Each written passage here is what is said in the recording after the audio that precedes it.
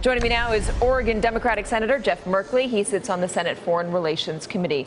Senator, what do you think of the president today saying that he would be honored to meet with Kim Jong-un?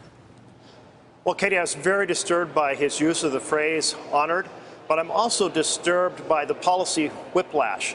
One moment, it's U.S. may act alone if necessary. The next, it's going to the UN for maximum economic pressure. Then it's saying that President Xi will be a big partner. There's massive space for miscommunication that can cause events to spiral out of control. Do you think it's a good idea, though, for him to try and meet with this leader? After all, the Obama administration did make deals with controversial leaders. I'm looking at the Iran deal, relations with Cuba. They initially tried to reset relations with Russia. Wouldn't it be a good idea at this point to try and talk to the North Korean leader? The groundwork has not been laid for a head of state meeting, not even close. And I think that the president was right and Tillerson was right earlier when they made it very clear that that was something to be considered in the far future after other events had been put into place.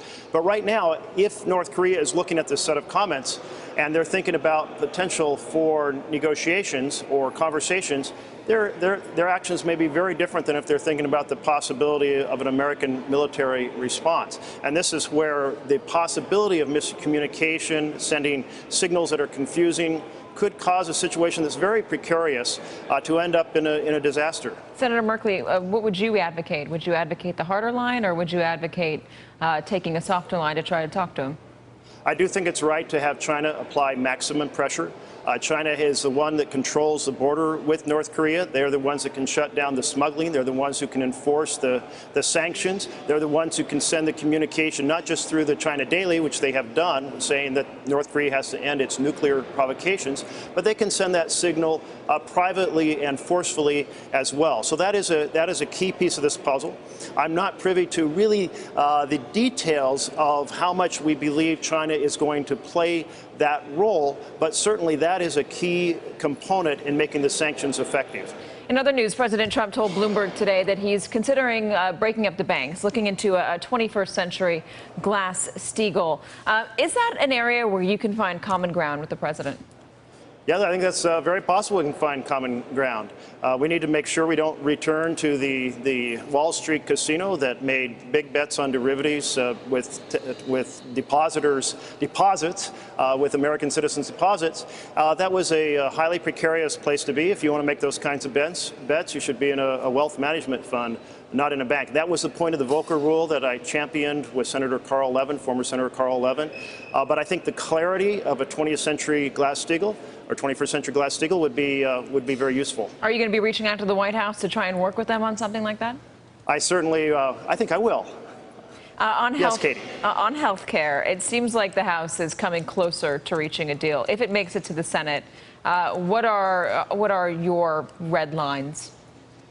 Well, the deal the House is putting together is taking an incredibly terrible strategy and making it far worse. You start with the 24 million people losing health care, and then you throw in that the president's now apparently prepared to break his promise on pre-existing condition, and furthermore, willing to eviscerate the essential benefits package. So what you end up with are insurance policies that may be very cheap because they're very worthless. And that is not a health care system. That is a return to a situation where people don't have access to health care, don't have the peace of mind they're going to get the care they need when they get sick, don't have the peace of mind that they're not going to end up in bankruptcy. So I think that this plan, if it passes the House, it'll be dead on arrival over here at the Senate. I don't see my colleagues coming close to it. I've been out in 13 town halls in Republican counties in Oregon. Overwhelmingly, 90% of the people in these Republican counties are coming out and saying, do not do this. Your Republican colleagues won't sign on? Well, I think they're going to be, I think they would much prefer this dies in the House. I'll put it that way. I'm sure their arms will be twisted, their legs will be broken, but I don't see a situation in which they are going to pass this through to the Oval Office. Senator Merkley, thank you. I'm certainly going to try to prevent them from doing so. Senator Merkley, thank you very much for your time. Thank you, Katie. Hey there, I'm Chris Hayes from MSNBC. Thanks for watching MSNBC on YouTube. If you want to keep up to date with the videos we're putting out, you can click subscribe just below me or click over on this list to see lots of other great videos.